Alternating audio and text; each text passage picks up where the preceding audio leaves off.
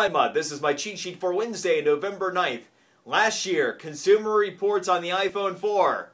They said it was a no-go. Despite otherwise getting very high marks, the iPhone 4 never did get the buy blessing of Consumer Reports because of AntennaGate, even after the bumper fixes and other remedies. In fact, I don't even recall them even recommending the new model that came out in January for Verizon. Different model year, different story altogether. Consumer Reports is out with its recommendation on the iPhone 4S, and the survey says, buy it.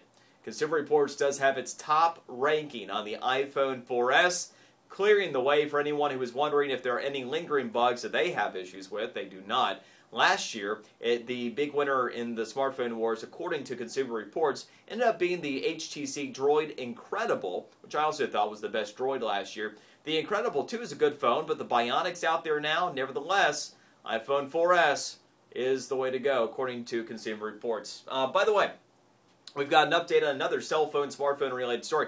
Verizon Wireless, for a very short time, while supplies last. Now I feel like a pitchman for them, but I'm not. This is a real story. They're trying to push people onto their 4G LTE network. You know, they have 4G LTE is the fastest data plan out there on the network side.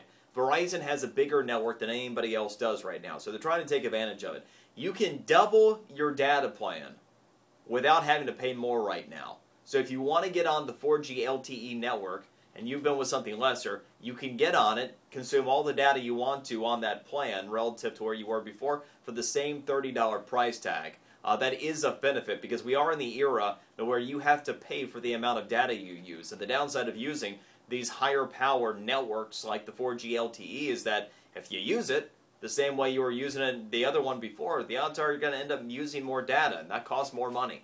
So if you're so inclined to make the switch, now is definitely a good time to be getting onto that network. And the aforementioned Droid Bionic is a phone, and in my opinion, the best phone currently operating on that 4G LTE network.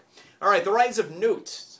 Talk politics for a moment. Newt Gingrich, without question, has been having some pretty good debate performances. That's not just my opinion, which, by the way, it is my opinion. But also, it's showing up in the polls. He has been polling steadily higher the past few weeks after the most recent debate performances. We have another debate coming up tonight. Ought to be interesting. Few things have happened. You might have heard about a few allegations here and there with Herman Cain, and we do have the rise of Newt. But here's a debate tonight that's going to be interesting.